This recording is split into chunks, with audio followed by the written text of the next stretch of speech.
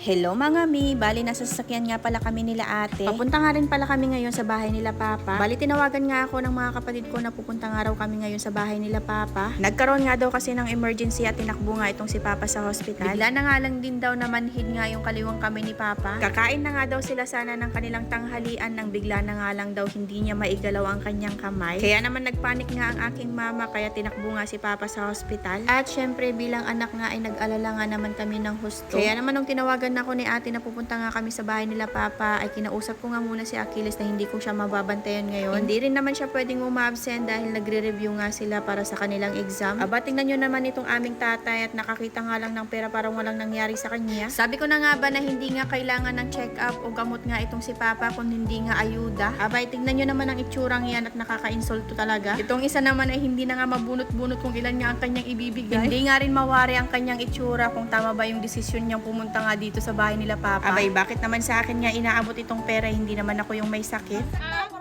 Yung tumantang ay bag sa kalibo, di ba? Nainom pa yan. Nagsawa. Relaxin o. Pagpalas daw. Agka-relaxin o. Ako. Di ka madyong ni papak ni Tane, mabalinan.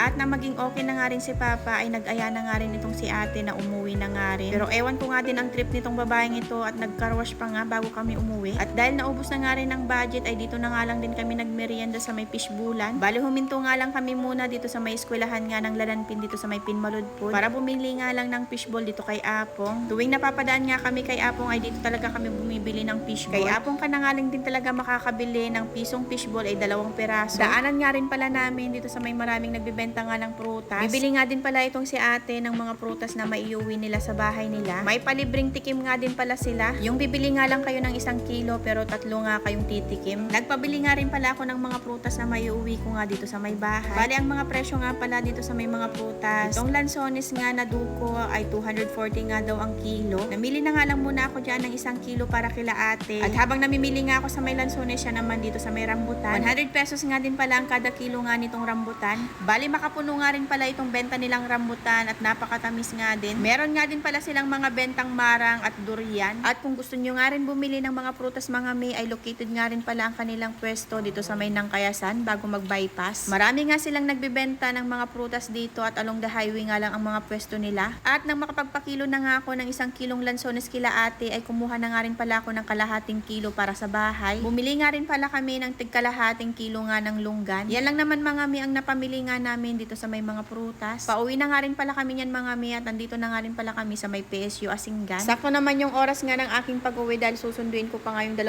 bata sa kanilang eskwelahan. Yun lang mga mi for today's mini vlog. Thank you for watching. God bless. Bye-bye!